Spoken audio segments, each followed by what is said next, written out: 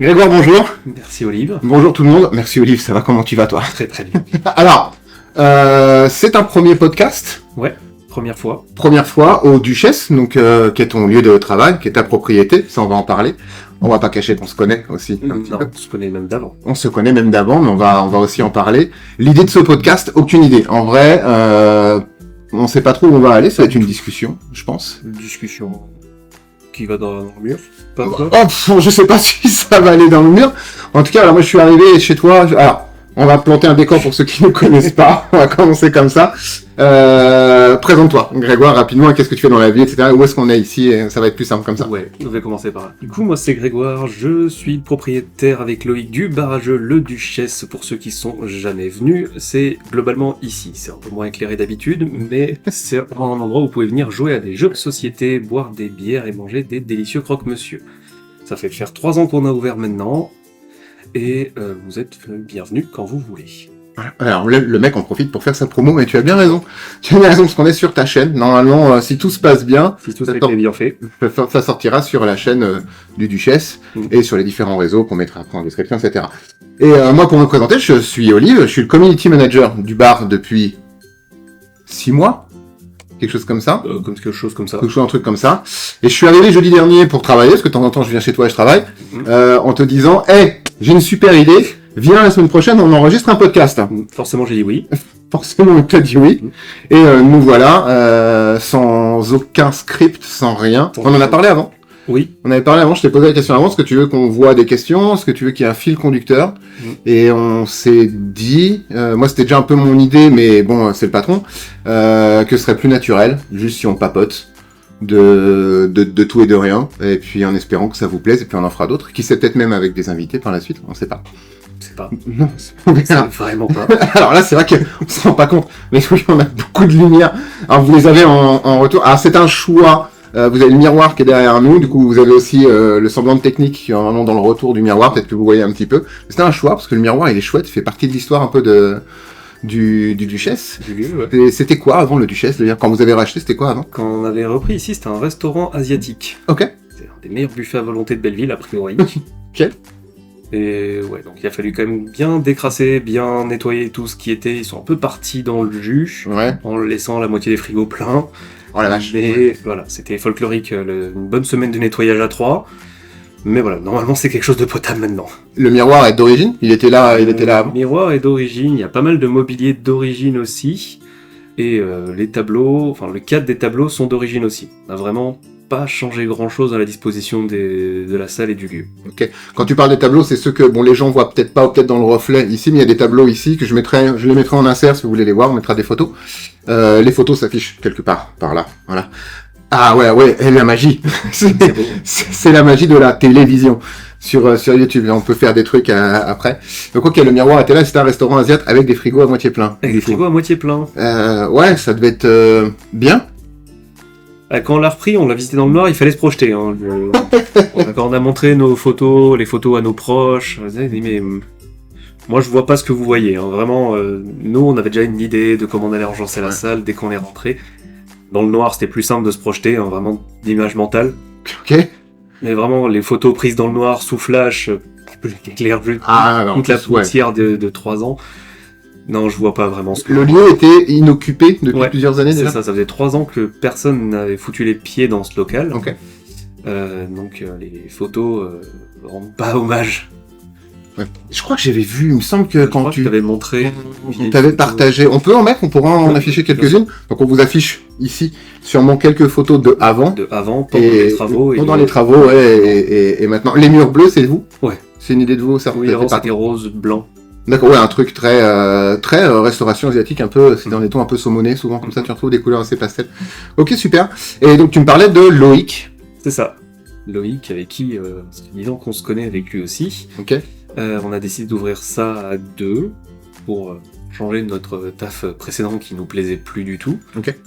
Et donc ouais, bonne galère à l'ouverture, et mais très très content d'avoir lancé. D'accord, alors maintenant la question que beaucoup de gens se posent, j'imagine, est-ce que c'est un bar qui fonctionne?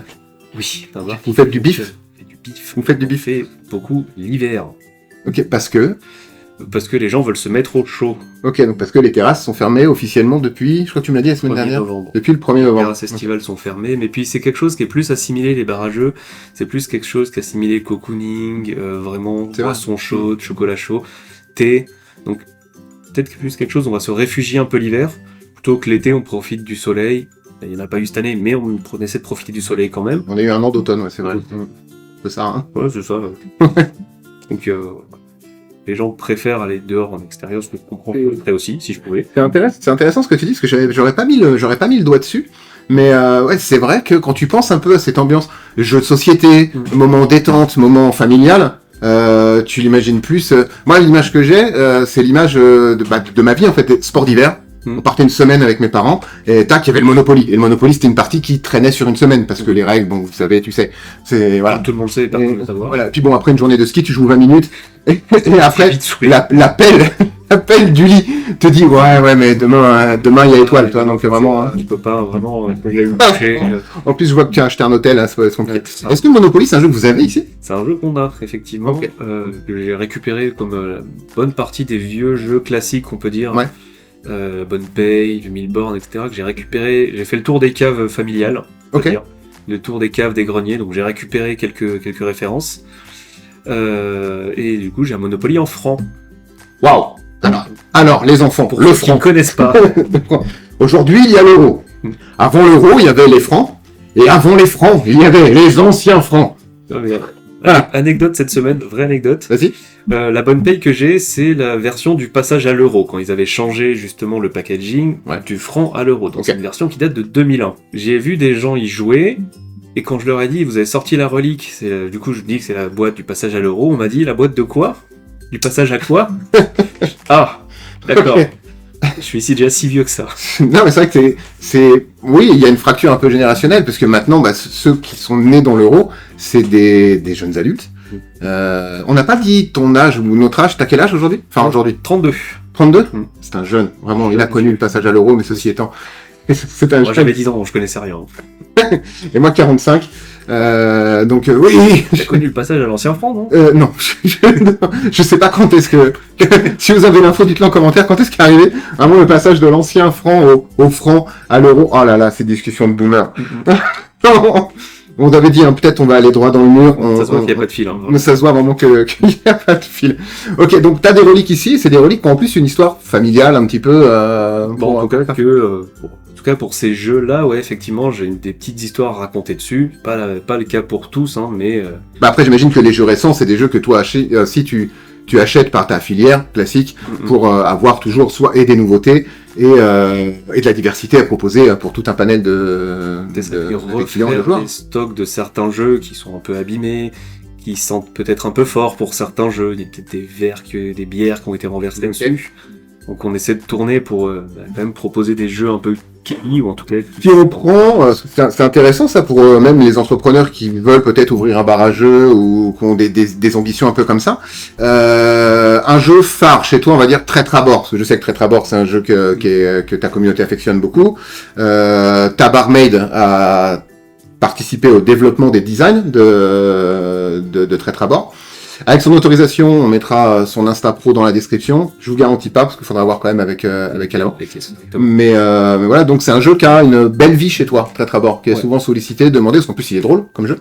C'est un jeu que tu vas renouveler, vu qu'il sort souvent, c'est un jeu que tu vas renouveler à peu près tous les combien? Est-ce qu'il a une bonne survivabilité? C'est des cartes, etc. Ça dépend, c'est des jeux, même les petits jeux de cartes, ça peut vraiment survivre plus d'un an sans aucun problème, parce que les gens sont assez respectueux. Nous, on a fait le choix de sliver aucune carte, donc mettre aucune protection sur les cartes, pas de bout de plastique pour les protéger, ce qui fait que, mine de rien, les gens sont beaucoup plus attentifs. Ouais. Le fait que les cartes soient pas protégées que si elles étaient protégées. Ok, c'est vrai que si elles sont protégées, t'as une tendance au, pas je m'en foutisse, mais à être c'est pas moins regardant s'il y a 3 gouttes de bière qui tombent. C'est ça. Donc là, les gens sont quand même très respectueux, mais il suffit d'un accident, il suffit d'une seule table pendant une soirée pour ruiner complètement un jeu. Bien sûr. Donc on va dire que pour les jeux qui sortent le plus souvent, quand même, une durée de vie de 6 mois. Ok. Quand même, mais ça peut être plus long ou moins long en fonction de... Oui, ça dépend vraiment. Et c'est une question que peut-être des gens se posent, j'en sais rien, moi je me la pose. Les accidents. cocktail, sa bière, sa flotte, peu importe, sa bouffe, peu importe. Il y a une récurrence. Tu saurais dire combien de fois par mois t'es amené à dire ah bon bah là on va sortir la serpillière plutôt que prévu. Ça dépend, nous comptons nous aussi ou pas? Non, vous ne renversez jamais rien, professionnel. Ah oui, pardon, c'est vrai, non, jamais rien. Ah oui. Les accidents, il y en a forcément 1-2 par semaine. Ok, quand même, d'accord. Oui, Ouais. ça arrive plus, il y a du monde, forcément. On a quand même fait le choix de pas trop entasser les tables, être sur les uns sur les autres, mais tu bouges un peu. Les tables, tu t'arrives, tu décales la table un petit peu, les jeux prennent de la place, donc quand tu commences à poser de la nourriture, les boissons, les bouteilles par-dessus, forcément,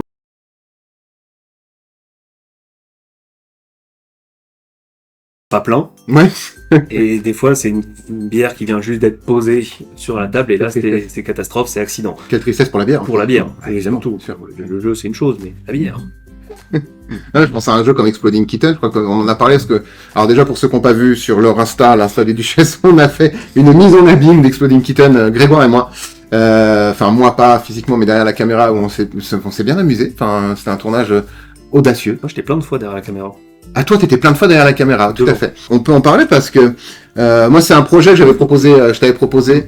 Grégoire me montre un jour, je viens au bar et me montre une vidéo de je sais pas quel créateur, faudra qu'on retrouve, on mettra pareil dans la description leur Insta, à minima, qui avait fait une vidéo de présentation de Uno, mais un truc dantesque avec beaucoup d'effets visuels, de manga, c'était super, Manga. très très typé manga, avec beaucoup de budget, du fond vert, enfin voilà, un gros truc. Et j'ai fait écoute, ouais, on pourrait faire un truc un peu plus cheap, évidemment, parce que on n'a pas le matériel, ni les connaissances, voilà. Moi, mon métier, c'est community manager, c'est pas caméraman non plus. Toi, c'est pas acteur. Enfin, il y a plein de choses qui Non, ça se voit plein de fois. Moi, c'est plein de fois. On en parlera peut-être. Mais ouais, je suis venu avec je t'ai proposé ça et on l'a tourné quand on l'a tourné à la rentrée. Je crois que c'est un peu la vidéo de rentrée. Ouais, en septembre. C'était en septembre. Et on avait proposé, moi, dans l'idée de départ, c'était que tous les acteurs et tous les joueurs d'une partie d'Exploding Kitten soient aussi les membres du staff, qui ont gentiment décliné pour certaines. Problème de dispo, Voilà. problème de pas envie. Problème de pas envie, on n'est pas là pour forcer les gens. C'est pas dans leur job spec aussi, au départ. Hein, ils sont serveuses, barmaids ou cuisiniers, donc c'est pas. Mais je sais qu'Alex aurait été un peu chaud, je pense, pour le faire. Il aurait été content de le faire. Non, Alex, le cuisinier du Duchesse, en l'état. Et on l'a fait du coup à deux, cette vidéo, où Grégoire, tu as joué 4 personnages. 4 personnages. Ce qui, alors pour moi c'était rigolo parce que c'était une façon de travailler différente. Fallait penser les plans en amont pour comment on organise tout ça. Et Grégoire, c'était une journée costumée pour toi. C'est ça, globalement, j'ai des perruques, des écharpes, des t-shirts différents. Moi je suis très fier de cette vidéo parce que elle est cheap, décalée, mais toi ça tu l'as validé, hein, donc c'est un truc, c'est un truc que t'as validé. Et ça va dans l'énergie un peu qu'on voulait finalement, parce qu'on se retrouve un peu on a plein de rêves communes. Parce que bon, on va en discuter aussi un peu, on s'égare. Mais comment on s'est rencontrés, ça peut être intéressant. Tu y vas ou j'y vais? Tu y vas, j'enchaîne. J'y vais. Alors moi j'ai tenu une boutique Warhammer Games Workshop pendant 9 ans, j'étais manager avant de quitter cette place-là et partir sur autre chose, ce que je fais aujourd'hui. Et j'étais globalement, donc Warhammer sont des figurines à assembler, peindre, à collectionner, à peindre soi-même, pour en faire une armée qui va affronter l'armée d'un pote, etc. Et donc je tenais ma boutique et Grégoire et Loïc étaient simplement des clients. Des clients, parce que comme que par hasard, on habitait juste à côté. Et le hasard étant très bien fait. Et ça a matché assez vite. Je me souviens plus vraiment les détails de comment on est venu à papoter un peu plus, machin. Et toi, avec tes visites matinales, tu venais souvent le matin, en promenant le chien et tout. Hein. Promenant le chien qui était évidemment sur le chemin de la promenade habituelle. Évidemment, wink. Évidemment. Aurélie, tu ne regardes pas cette vidéo, wink, pour « Oh tiens, mais je balade mon chien » et puis je rentre dans la boutique qui était comme par hasard pile devant moi et « Oh, tant que je suis là, je vais pas non plus repartir les mains vides. » Voilà. J'étais un très mauvais vendeur, je t'ai jamais rien vendu. Tu es toujours venu acheter de ton propre... Oui, hein, pas besoin, vraiment. Peut-être pour ça que j'ai arrêté. Non mais... Et oui, de fil en aiguille, on a sympathisé. Moi, j'ai appris que vous aviez ouvert votre bar. J'étais pas du tout au courant à la base. J'ai appris ça. Je t'ai fait de la promo parce que tu m'avais laissé des cartes et des trucs. Et puis, quand moi j'ai arrêté, même quand vous avez ouvert, vous avez fait des plans de com, des choses comme ça. On avait discuté un peu plus comme communication, avec un souhait de si un jour vous voulez qu'on bosse ensemble, ce serait chouette. Et puis, l'occasion appelle la honte. C'est ça. Parce que avant, toi, tu travaillais avec une agence. C'est ça, au tout début, pour se lancer sur les réseaux, pour se lancer sur la com, parce que c'est quelque chose que moi je ne maîtrise absolument pas du tout et que j'ai absolument pas envie de maîtriser. Vraiment, j'aime plus. Et quand j'ai pas envie de faire quelque chose, j'y mets en plus de la mauvaise volonté. C'est un homme, c'est normal. Pas très sympathique. Donc, au tout début, c'est Loïc et qui s'en occupaient. Ouais. Ensuite, on est passé par une agence pour quand même step up un peu et puis avoir quelque chose d'un peu plus pro. L'agence s'est arrêtée, on a essayé de faire ça en interne avec le staff de l'époque. Puis après, c'est parti. Et puis après, il fallait quand même quelqu'un pour reprendre. Et ça tombait plutôt bien aussi dans tes dispos, dans ton calendrier. Et puis effectivement, il y avait toujours ce souhait de taffer, de faire un truc ensemble. Ouais, du coup, ça s'est présenté, c'est parti. C'est ça, et on s'amuse bien. Enfin, en fait, voilà, moi je viens pas souvent, je viens 2 fois par mois, on va dire, pour voir, à peu près 2 fois par mois, plus quelques extras, parce que vous faites pas mal d'événementiels aussi, il y a pas mal d'événements. Pas mal d'événements. C'est intéressant à suivre aussi, à couvrir. On les couvre pas tous parce que déjà ça lui coûte très cher, parce que j'habite pas à côté, moi je viens de loin à chaque fois. Généralement, je dors sur Paris après, enfin bref, tout un tas de complications. Tout un tas de complications. Des problèmes de chauffage. Des problèmes de chauffage, tout un tas de trucs. Bref. Mais oui, on essaie de couvrir quand vous avez des événements que toi tu estimes après intéressants à couvrir médiatiquement ou en tout cas avoir de la présence sur les réseaux pour ça. Et c'est super chouette. Si je te demande d'enlever tes chaussures et de montrer ta chaussette, là tu le fais tout de suite? Ouais. Ouais, interview chaussette, juste après la transition camion. Il y a un trou ou pas? Non, il n'y a pas de trou. T'es une chaussette toute noire, moi c'est une chaussette Mickey. Vous voyez pas bien, mais c'est une chaussette Mickey. Non, c'est une chaussette noire. Ouais. Voilà, moi c'est une chaussette Mickey. Pourquoi on a fait ça, vraiment? Je sais pas. On sera mis devant vous, parce qu'on est comme ça. Voilà. Ok, ça fait déjà plus d'1 quart d'heure qu'on papote. De la terre. Qu'on déblatère des choses et d'autres. C'est cool. Alors, normalement, la vidéo va sortir au mois de novembre. Je dis ça parce que je vais t'emmener sur un chemin où si ça sort, ou si vous voyez la vidéo 2 ans après sa date de sortie, ça n'aura pas de sens. Ouais, mais tant que ça reste en novembre, même si c'est dans 2 ans, c'est pas très grave. Oui, non, voilà, si... Non. C'est pas. Vous recrutez. Oui, attends, non, oui, donc Grégoire, actuellement, le Duchesse est en phase de recrutement. Tout à fait, nous cherchons 2 postes. Il y a une première personne pour s'occuper à temps partiel de la salle, service, explication des règles, effectivement, donc plus le côté explication de règles et animation serait important, le fait de pas avoir fait de service, c'est toujours un plus, mais c'est pas obligatoire, puisqu'on fait pas suffisamment de grosses tables et de grosses choses en service qui sont intéressants. Et pareil, je cherche aussi quelqu'un pour la cuisine. Très petite restauration, donc pas forcément d'expérience exigée, mais là pour le coup ça sera un temps plein. Ok, alors que le service, c'est pas un temps plein, t'as pas donné temps partiel. Temps partiel? Ouais. On serait sur quoi? 25 17h. 17h 17h semaine. D'accord. Ok, parce que t'as déjà quelqu'un, et ça en fait il y a 2 barmaids aujourd'hui, plus toi qui est aussi au service. Pour l'instant, actuellement, on est 4, il y a un temps plein, 3 temps partiels. Ok. Des petits extras de temps en temps parce qu'il y a des grosses soirées, mais globalement on s'en tourne, on tourne bien un roulement à 4. Ok. Là c'est l'hiver, donc peut-être qu'il va falloir une personne de plus, mais pour l'hiver 4, 5, alors qu'en été ça serait même plutôt 3. Oui, bah, d'accord. Parce qu'en été les terrasses gros, et du coup il y a aussi un peu moins de fréquentation. Les gens qui vont en vacances. Ah, c'est vrai qu'il y a ce truc un peu pénible des gens qui vont là. Les vacances? Je connais pas. Je ne connais pas ce mot. C'est faux. Complètement faux. Ok, donc vous recrutez, la date de fin pour le recrutement? Il faut que quelqu'un commence au 1er décembre, donc 1er décembre. Ok, alors on enregistre, je vais regarder ma montre, c'est mon bracelet de la salle de sport. On est le 14 novembre, donc à la moitié du mois. La vidéo devrait sortir à Zap, normalement. Vidéo que vous retrouverez, donc normalement, ce que je disais, sur la chaîne YouTube qui doit être créée là, normalement. Oui. Normalement. C'est fait, c'est en cours. Yes, formidable. Et ce sera aussi sur les réseaux par petites bribes, je pense, pour avoir des formats verticaux. Bref, on va être très dans les tendances de ce qui se fait aujourd'hui. Donc vous retrouvez aussi les annonces de recrutement. Vous pouvez déjà retrouver avec l'intégralité la job spec, donc l'intitulé des postes, sur l'Instagram du Duchesse. Donc pour les deux postes recherchés. Si tu avais des recos de jeux, là comme ça, recommander un jeu, cas concret. On est une famille de 5 personnes. On n'a pas une grande expérience hormis les jeux vraiment mainstream type Monopoly, Bonne Paye, enfin ces choses-là. On vient boire un chocolat chaud parce qu'on est une famille, encore une fois, un chocolat chaud à thé, etc. Qu'est-ce que tu recommanderais comme genre de jeu on a 1h30 à peu près devant nous, tu vois, vraiment on a 1 heure, Tu vas partir sur quel type de jeu? Comment tu vas cibler? Comment tu vas... Bah, je vais continuer à poser des questions, parce Ok. que même si je sais que vous avez 1h30, il peut y avoir 2 salles, 2 ambiances. Soit t'as 1h30 et tu veux occuper ton 1h30 sur un seul jeu, Ouais. que tu connais pas. Ok. On explique les règles et vous partez sur ce jeu-là qui finira dans les temps, 10 minutes après, comme ça vous laisse le temps de ranger, de machin. Et après de partir directement. Ou alors, donc ça va plutôt être des jeux de stratégie, des jeux un petit peu longs. Mhm. Ou alors, qui durent 15-20 minutes. Ok. Mais pouvoir refaire soit plusieurs parties du même jeu, ou soit changer de jeu d'un coup à l'autre. C'est aussi des jeux avec moins de règles, Ouais. moins de complexité. Donc je vais demander déjà de savoir qu'est-ce que la famille veut. Ok.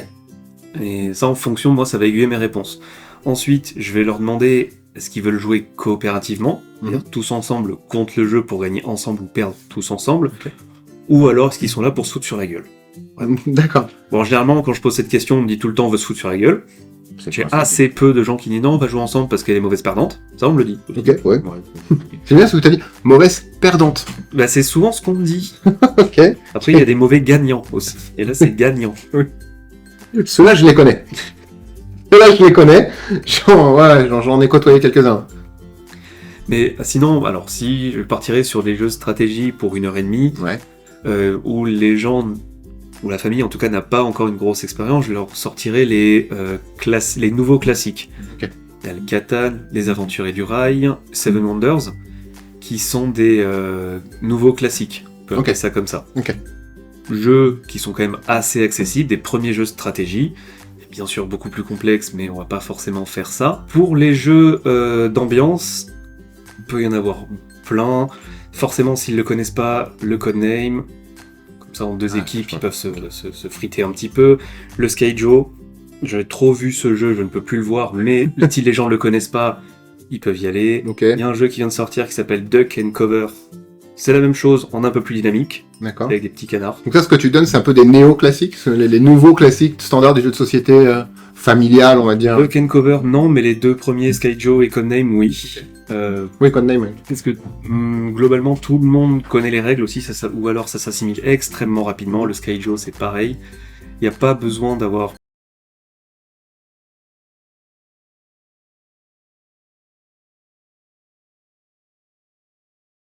donc ça permet d'enchaîner les parties, ou en tout cas ça permet de jouer très rapidement, sans se taper une demi-heure d'explication et de lecture de règles. Ok, super, merci beaucoup. Donc, en fait, pour résumer, tu vas poser beaucoup de questions à une famille qui vient. Donc, ma famille type, ce que je disais tout à l'heure, 5 personnes, chocolat chaud, 1h30.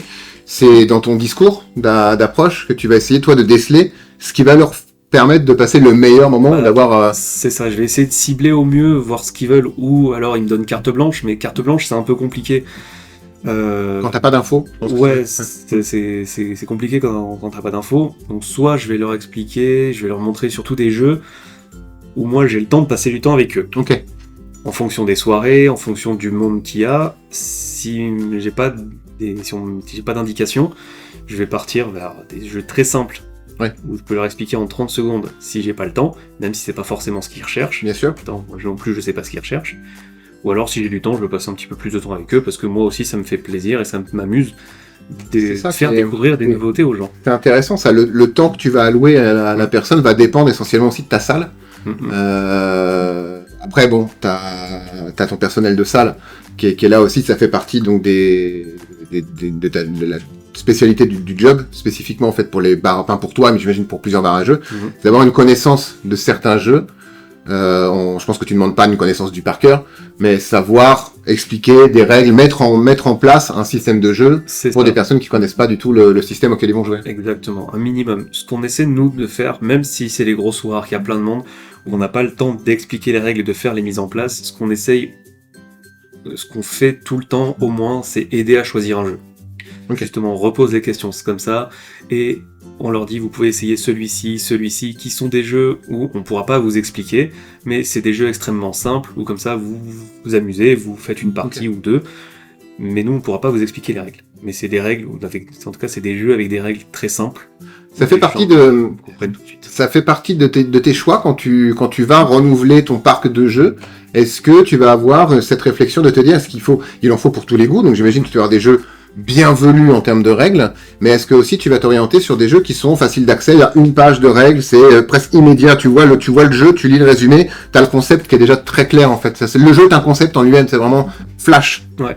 Bah oui, parce que déjà c'est ce que les gens demandent, en tout cas dans notre bar à jeu, en tout cas au UCHES, c'est ce que les gens demandent. Okay. Je sais que chaque bar a un peu son ambiance, il y en a qui ont des jeux un peu plus velus, ils passent un peu plus de temps. Nous c'est un bar un peu plus d'ambiance, un peu plus festif on va dire. Donc les gens cherchent des jeux d'ambiance. Il y a très peu de personnes qui viennent pour vraiment passer une après-midi entière sur un bon jeu velu. Il y en a, mais c'est un peu moins le cas. Donc quand je fais du renouvellement, j'ai besoin de diversité de jeux qui s'expliquent très vite. Ok. Et qui se jouent très vite aussi. Enfin, il y a un turnover de table, il y a machin. Des fois, des gens qui viennent, ils ont une demi-heure à tuer. Une demi-heure, peut-être compliqué, mais ils viennent au moins pour 1 heure. Donc oui, soit ils veulent enchaîner plein de petits jeux, ou il faut qu'il y ait un accès rapide et presque immédiat en fait à un panel de jeux. D'accord, donc ça fait partie de tes responsabilités d'avoir un parc de jeux pour pouvoir toucher le maximum de personnes et surtout avec de l'immédiateté dans les règles. C'est ça. Après, on a vraiment des jeux pour tout type de groupe, tout type de joueurs. S'il y en a qui veulent se poser 2 heures sur un seul jeu et enchaîner avec un autre jeu de 3 heures derrière, c'est possible. Ok. Je vois par exemple, vous avez un jeu que j'aime bien, c'est Curse City, qui vient de là où je bossais avant, du coup, c'est un jeu Warhammer. C'est un jeu de plateau à figurines. Oui. Pour y avoir joué, les règles, bon, ça peut se maîtriser assez vite, mais t'as un patchwork de plein de petites choses. C'est pas si intuitif que ça. Il est moins intuitif que d'autres Warhammer Quest, par exemple. Il est un peu moins intuitif, mais c'est un jeu qui sort souvent. Non, ça sort pas exceptionnellement souvent, puisque déjà Warhammer ça fait peur. Bah, le mot Warhammer fait peur pour les ouais. Donc c'est un jeu où tout de suite ça s'assimile à des parties d'après-midi, en fait, tout le temps. C'est vrai. Ce qui est pas trop le cas en vrai pour ce type de jeu, on part quand même sur 2-3 bonnes heures. Sur un jeu comme un Warhammer Quest, c'est vraiment du Warhammer que de nom, parce que c'est la marque, mais ça reste du jeu de plateau, un peu pour les vieux de la vieille, et pour les plus jeunes aussi, ça a été réalité HeroQuest ou Space Crusade, qui étaient des jeux Games Workshop, ou donc Warhammer, partenariat MB, je crois, qui était distribué en grande surface. Enfin, c'était des jeux grand public où on retrouvait cette notion de plateau avec des décors assemblés soi-même, des figurines, machin. Là, Curse City, c'est la même chose, mais plus moderne. Mais donc oui, comme tu dis, ouais, ça, c'est des parties qui peuvent quand même traîner un peu un chouille quand t'as pas la dextérité, le vocabulaire aussi, parce que c'est un vocabulaire, que ce soit Warhammer Quest ou d'autres choses. Des fois, t'as un vocabulaire propre au milieu du jeu de société. Qui peut être confondant ou confusant même pour les néophytes un peu. Bah oui, totalement, parce qu'il y a plein de mots qui sont totalement passés dans le langage courant mais dans le milieu du jeu, donc quand t'as jamais joué, t'as jamais tenu des cartes et qu'on te dit défausser, bah c'est un bon exemple. T'expliques pas ce que c'est, bah tout de suite, si t'as vraiment jamais joué, c'est pas forcément évident. Oui, okay. T'as des gens des fois qui ont joué qu'aux échecs, aux dames, aux dominos, on leur dit de piocher une carte, défausser, c'est tout un vocabulaire qui est totalement rentré dans le langage que nous on utilise, mais c'est pas forcément évident. Et même pour ceux qui ont l'habitude, il y a certains types de jeux, surtout avec des anglicismes, où de plus en plus. De plus en plus. Et des fois, moi ils m'ont dit qu'ils jouaient, j'ai des groupes qui ont dit qu'ils jouaient, j'ai dit ok c'est un jeu de draft. Ouais. Et ils sont tous restés à me regarder. J'ai commencé à parler notre langue, ce qui est vrai. Et du coup, j'ai dû leur expliquer parce que draft c'est totalement rentré dans le vocabulaire aussi français. Ouais. C'est un jeu, globalement avec des cartes, où tu vas prendre tes cartes, et tu vas les donner à ton voisin de gauche, récupérer ceux de ton voisin de droite, et les paquets de cartes vont tourner comme ça. Elle était surtout empruntée aux jeux de cartes à jouer, à collectionner, Magic, Yu-Gi-Oh! Pour les ouvertures de boosters, etc. Booster, t'as jamais joué. Même booster, si t'as jamais joué, booster, c'est un anglais, enfin, c'est même un mot complètement anglais, en fait, c'est de quoi, j'allais dire power up ton, mais tu vois, augmenter ton jeu de cartes initial, ton starter, c'est un jeu de cartes, voilà, ton jeu de base, ton jeu de deck de démarrage. Ton deck, ton jeu de cartes de démarrage. Là, on s'éloigne. C'est très bien. Je pense qu'on va s'arrêter là pour une première. Ouais. C'était très cool. Alors, on n'a pas parlé de tes performances de cinéma, mais on garde ça pour une prochaine fois. Faut bien un petit peu. Parce que voilà. Avec le fil rouge, ça. Revenez pour l'épisode 2, ou peut-être tu seras pas là, ce sera peut-être je serai tout seul, mais ce serait quand même vraiment nul et chiant. J'aurais des trucs à vous dire, forcément, mais bon, voilà. Quelqu'un qui parle avec une autre personne, c'est une discussion. Quelqu'un qui parle tout seul, c'est un monologue. C'est ça, faut être bon. Ouais. Faut être très bon. Bah, merci en tout cas pour je vais dire l'accueil, même, voilà, c'est pour les personnes qui nous regardent. Mais je sais que je suis le bienvenu ici, et puis c'est toujours le bienvenu. tout le monde, tous est bienvenu. Oh, on voulait boire une bière, on l'a même pas bu. Ça sera pour l'épisode 2. Et ben, ce que je te propose, c'est d'arrêter là, et d'aller boire une bière autour Allez. du bar. Merci pour tout. Tous les réseaux en description s'afficheront, blablabla, tout ça ici, vous savez. Merci d'avoir regardé, et à bientôt. Merci Grégoire. Merci Olive. Allez, ciao!